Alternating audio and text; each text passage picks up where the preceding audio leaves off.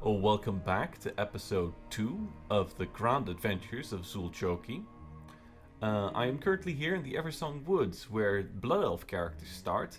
And why am I doing this? Because one of my loyal viewers asked me, where do other races start? So, I'm gonna go through a little montage here. Starting with the Everysong Woods. This is the Blood Elf starting location. It's very pretty here, despite being around 12 years old-ish. Along those lines. It's a rather lovely zone.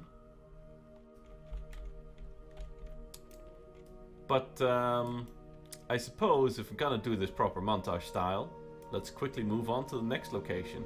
So yeah, Blood Elf starting zone. And next we will go to...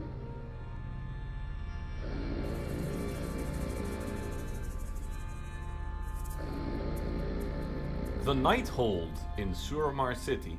This is where the Horde allied race, the Nightborn, start. It is, again, a very beautiful place. And these are the Nightborn. They're the little bit grumpier looking night elves.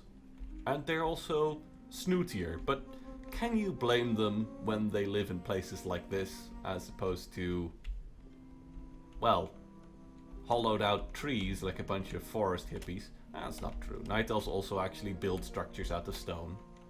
But considering that they're roughly the same species, just with major cultural differences, I think we got the better deal here.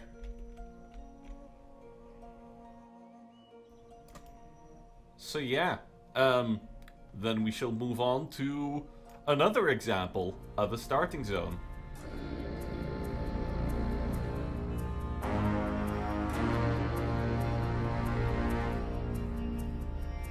This is Thunder Totem, and this is where the High Mountain Torrents start. This is again, consider this a preview of places that we may end up going in the future of Zulxochi, because you will have to level through areas like these and come across these cities. But yeah, the Thunder Totem Torrent, the High Mountain Torrent, sorry, that live at Thunder Totem, sure have a pretty schwanky place, don't they? And do I need to change my outfit every single time I do these? No, but I want to. This is me in my Thunder Thane outfit, because Thunder Totem, Thunder Thane. This makes sense, right? Anyway, I'll see you at the next one.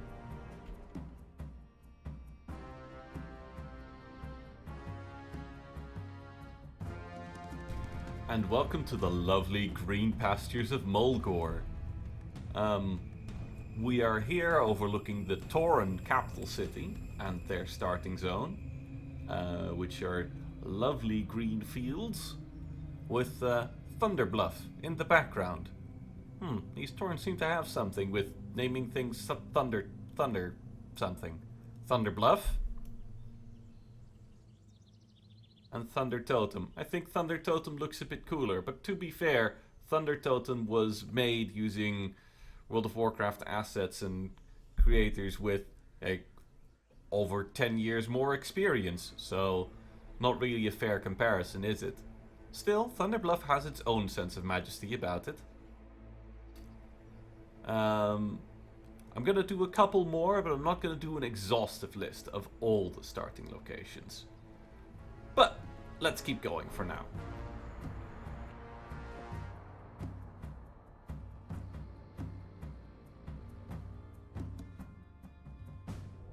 And this is Dura Tar. This is where the orcs start. And, lovely double bill, right over there are the Echo Isles, where the Darkspear trolls start. They start like a stone's throw from each other. In fact, their, shall we say, level 1 to 6 zones are right over there and there respectively. And then both of them tend to converge on that village there to continue questing before traveling along northwards towards Razor Hill, and then further northwards, if we bring back the UI for a moment, We keep flying a little bit that way. We can see Orgrimmar. And they're just in the distance. You can start making out the city of Orgrimmar. Now I will do... Prepare yourselves. The bells have tolled. Shelter your weak, your young, and your old. Each of you shall pay the final sum. Cry for mercy. The reckoning has come.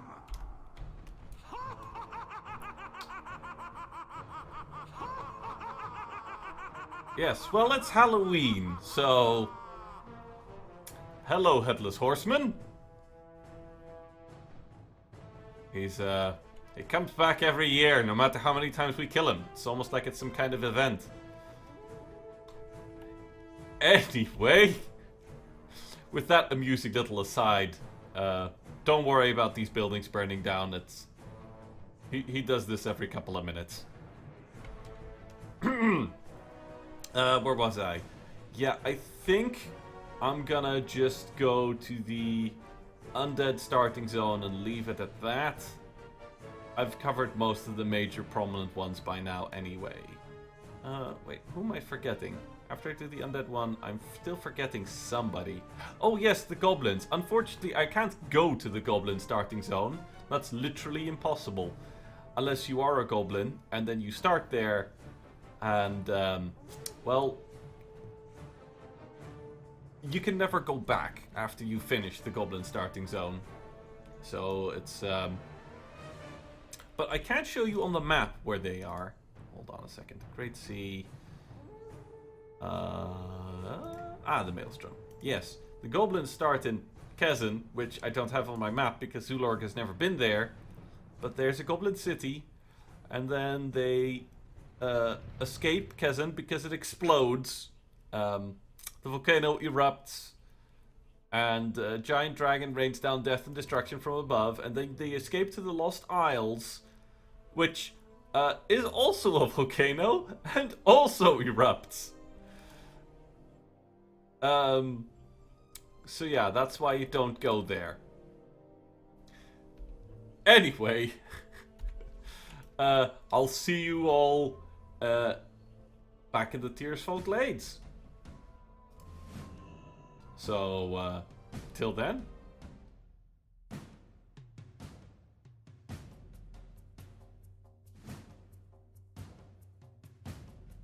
And this is the Tirisfal Glades, the last that we will visit on our little trip. It's kind of a gloomy place, but then this is the Forsaken starting zone. And they're not called Forsaken for no reason.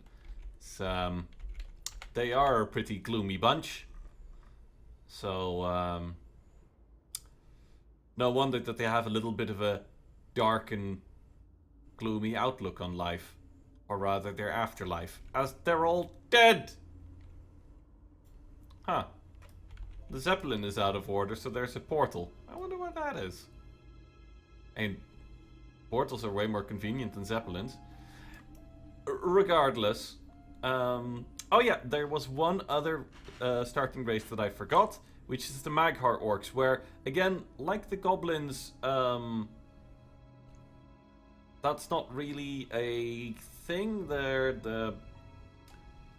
Where they come from is literally another timeline in another universe. At least the Mag'har Orcs that you play. You can visit all sorts of Mag'har Orcs without issue.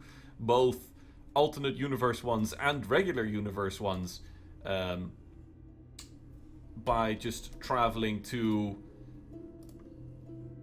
either Outland, where you can find most of them living in Nagrand. The sky is dark. Or the fire burns. You strive in vain as fate's wheel turns. do you have to interrupt my narration?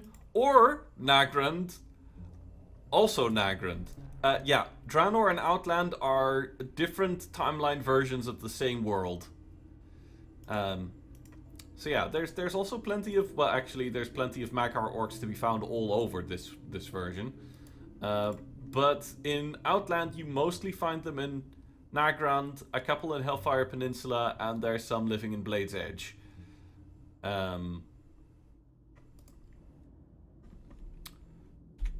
which are zones that we may go to eventually, or may not.